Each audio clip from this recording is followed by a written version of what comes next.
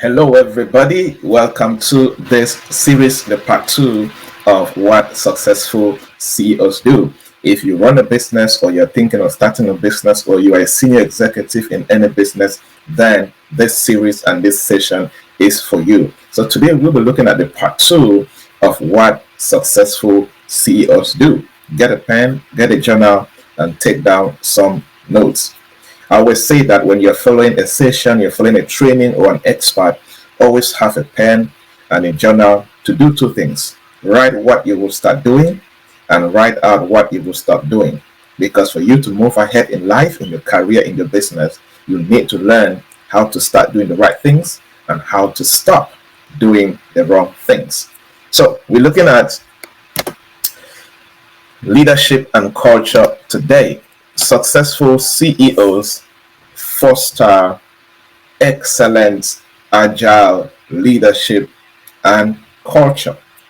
In part one, we were looking at vision and strategy, and vision and strategy will struggle without leadership and culture. And before we start looking at what they do specifically around this area of leadership and culture, I would like to explain briefly what organizational leadership is, and of course, what organizational culture is. It's important to understand these terms. In simple terms, organizational leadership can refer to a set of values that defines a company and how the company's leadership exemplifies and reinforce certain values. And leadership goes further when it comes to organization, to talk about the leader's ability or the CEO's ability to make strategic decisions. It therefore means that a CEO does not guess decisions when it comes to leadership. Strategic, intentional decisions. And also in leadership, the CEO inspires the team to work, the team to produce results, the team to lead the execution of strategy. And one part of leadership is managing resources effectively. Yes, one of the core parts when it comes to organizational leadership is the ability of the leader, of the CEO, to manage resources effectively. And managing resources it takes a couple of things. Number one, it also includes resource acquisition. You can also look for resources and you know how to allocate these resources into the various areas that will cause transformation in the business. And of course, another important part of organizational leadership is that the CEO should foster a powerful, positive, exciting, growing work environment. Very important, because employees will not be productive in any kind of a working environment. Part of your leadership as a CEO is to create an environment that fosters positivity, fosters the desire to work, and fosters, love and kindness, and that great environment that can enable people to produce the best. And there is a strong relationship between organizational leadership and organizational culture. Organizational culture talks about the shared values, the shared attitudes and beliefs and goals and norms that collectively describe how people behave in a particular organization. In simple terms, if I say our organizational culture, what I am saying is this is how we behave. That's why they talk about, when you talk about tribes, talk about culture, the Bantu culture, the Bakori culture, the Nsok culture, when you go to Ghana, they have their various culture as far as the people are concerned, right? This is how we behave. This is how we do things. And organizational culture plays a crucial role in shaping every organization. So culture should not be left to chance. CEOs and leaders must intentionally invest in creating the culture, invest in designing the values that define your organization, invest in designing the attitude of the people that work in your organization. Intentionally work on the belief system of the people that work in the organization. Intentionally set weekly and monthly goals and yearly goals, quarterly goals, decade goals for the organization. Intentionally establish norms, the way we think, the way we act. All of these things are important because they play a crucial role in the success of every organization. Because culture also talks about identity, performance, and the ability to adapt. So, successful CEOs foster excellent agile leadership and culture. Now that we have seen what it means or the meaning of organizational leadership and organizational culture, let us now quickly look at what CEOs do when it comes to leadership and culture. And this list is not exhaustive, right? And in business, you don't become a CEO overnight. If you are the leader of a company for 30 years, you will keep growing for 30 years as a CEO. If you're a CEO for 100 years, you will keep learning new things as a leader for 100 years. So this list and these things I am teaching doesn't mean that this is the perfect blueprint to become a CEO. No, it's just the foundation and part of your process to becoming a great CEO. So what do CEOs do when it comes to leadership and culture? Among many other things, number one, they develop an organizational culture, right? They intentionally, as I was saying already, develop organizational culture that fosters collaboration across all units in the organizations, across all employees, across all departments. You need to make sure that the culture of collaboration is intact. For example, there is no organization that will achieve great things without effective collaboration across departments. For marketing departments to be successful at designing marketing strategies and implementing them to produce the right result, there need to be effective collaboration between marketing and maybe the production department or the human resources, between marketing and the finance department. And it is your job as a CEO to make sure that this culture of collaboration across departments is intact, across the various individuals that lead these departments is intact. Number two, the second thing that CEOs do to foster this leadership and culture is recognizing performance and rewarding performance. Yes, recognize the performance of your people, recognize the performance of your team members. And performance recognition is not just recognizing good performance, you also recognize poor performance or people that needs to improve so the company can move forward. So you need to pay attention. How are all the employees performing? Take down notes, highlight key things, have performance meeting with them. And for people who are doing exceptionally well, learn to reward the performance. You can have staff of the week, staff of the month, annual staff awards, you buy gifts, whatever that you can do. It is important. It should be part of your culture to reward excellence, to reward high performance. It plays a big role in empowering people to keep on putting their best, not because you are bribing them with the rewards, but because everybody, when celebrated, gives in their best. It increases love and dedication for the vision. The third thing that a CEO can do when it comes to fostering leadership and culture is foster an environment that supports creativity and innovation. Foster the environment that supports creativity and innovation. Now, I think to buttress this point the right way, it's good that I briefly explain the difference between creativity and innovation. But the foundation is, if you lead an organization, if you are a founder and a CEO, one of the most important things that you do when it concerns fostering excellent leadership and culture is you need to strongly create and provide an environment that supports creativity and innovation. An environment where people love to suggest ideas, an environment where you listen to new concepts, new principles, new whatever. Don't shut out creativity. Don't shut out innovation. Don't have a team of people around you, but you are a one-man thinking business. It doesn't lead to a successful business or institution. So create an atmosphere around you, create an environment around you where people will feel excited to create and to innovate. Creativity is about coming up with new ideas, perspective, and solutions, to experiment possible new ideas, something new, something novel. And mostly at the creativity level, most of the ideas and perspectives and solutions that come from creativity are mostly for experiment.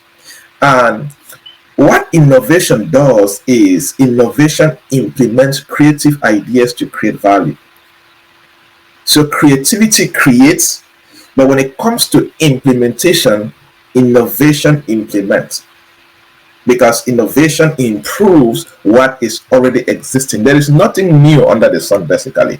But now you can sit and you can create something amazing. But it's possible to be creative and there is no reality on ground. So innovation can implement that creative solution that a creative person designed. Another thing about creativity is that is the generation of a novel idea that is really, really unique. Then innovation takes it from there and say, look, this idea is really good.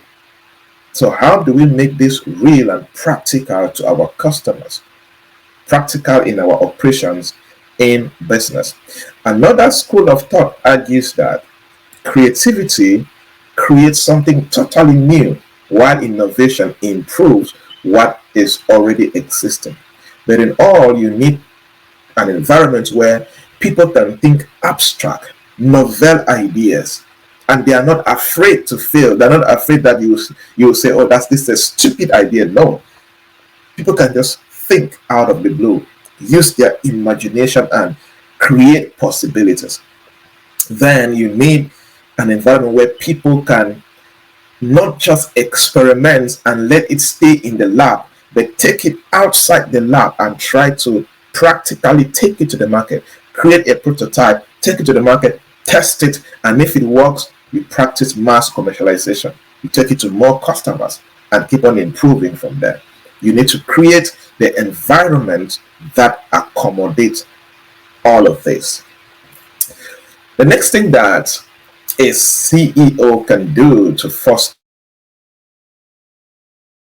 leadership and culture is prioritize a customer-centric approach in all strategic planning. It should become your priority that when we are planning, when planning is going on, everything surrounds around the customer.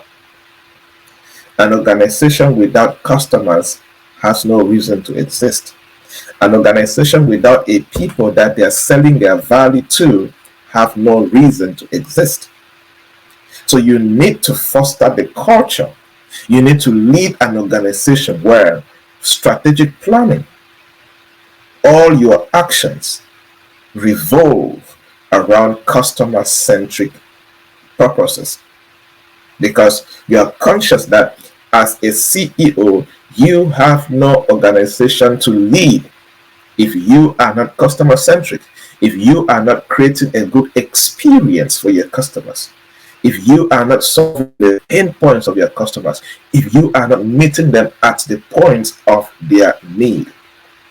And last point in this part 2 is for a CEO to foster excellent leadership and culture, the CEO must learn to promote open communication across organizations. Somebody said that communication is the lifeline of leadership. And I always like to say that effective communication across all individuals and departments in the organization is the kidney of effective culture development. A good CEO knows how to communicate in an open way, in a transparent way, in an authentic way, in a firm way, in a decisive way. So you need to promote open communication across. Another key word there is across all key stakeholders in your organization. You need to promote that open communication. Create effective channels that can enable you to communicate more and more and clearly. These channels could be staff meetings, it could be emails, it could be WhatsApp groups, it could be newsletters, printed newsletters, it could be whatever channel that can lead to effective open communication that can increase a powerful culture in your organization, enable you to lead the organization to the future and produce the right result. You need to do your best to promote that communication. Hello there, everybody. Welcome to this session. And in this session, I want to talk about navigating new horizons. Navigating new horizons.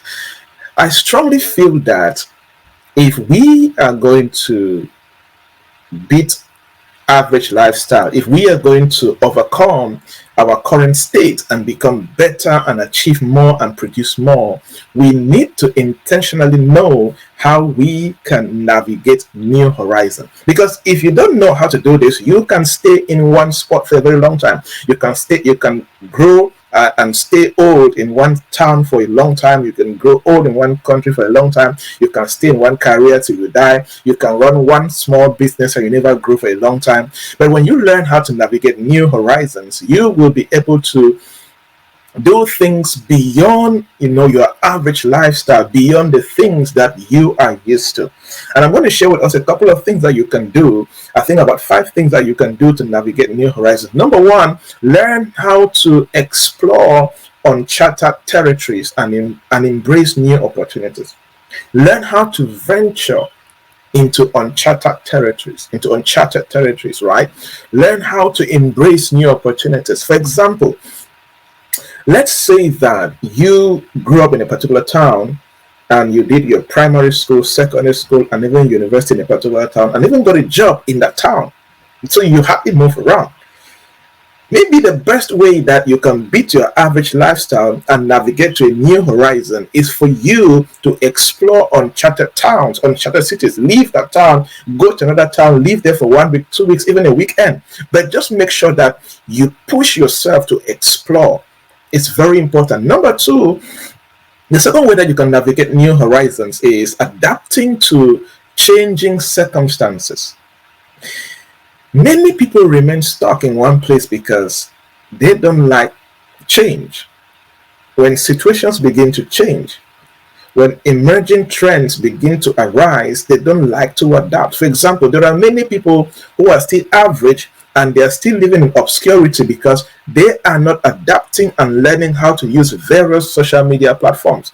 Meanwhile, the best way that you can achieve visibility in this age is for you to leverage social media platform. And if people don't adapt, don't navigate the new horizons and begin to adapt to various social media platforms, to the changing circumstances and emerging trends, they will be nowhere to be found. They will remain in obscurity, right? The third thing you can do in navigating new horizons is seeking growth and expansion beyond familiar boundaries.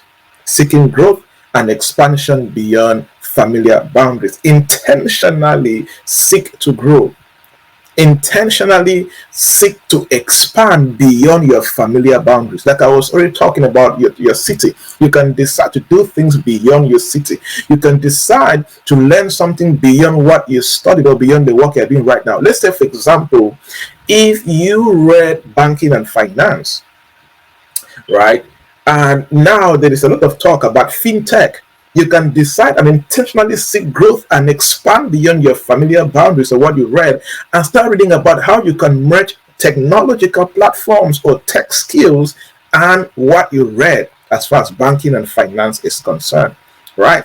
You read marketing, but you have been doing just traditional marketing. How can you start learning real practical digital marketing, search engine optimization, how to create engaging videos and all of these things? Seek growth and expansion beyond familiar boundaries. And of course, the next thing I'll talk about is constantly learning and acquiring new skills. This is a very powerful way for you to navigate new horizons, because there is no way you are going to operate from a new platform, from a new horizon with old knowledge and old skills. No, you need to unlearn certain things, learn new things that can qualify you to navigate that new horizon, learn new skills that can put you in that new horizon, not only putting you there, but enabling you to succeed in that new horizon. These are some things that you can put in place, and you will see how you'll be able to move your life from point A to point B. Point A being where you have been stuck for so long, and point B being that new horizon that you need to explore and begin to shine. Many people are not yet living their fullest potentials because they have not navigated into new horizons. Do something different today and move your life forward. Keep shining, and leave me a comment if you would definitely do something with your life. Cheers.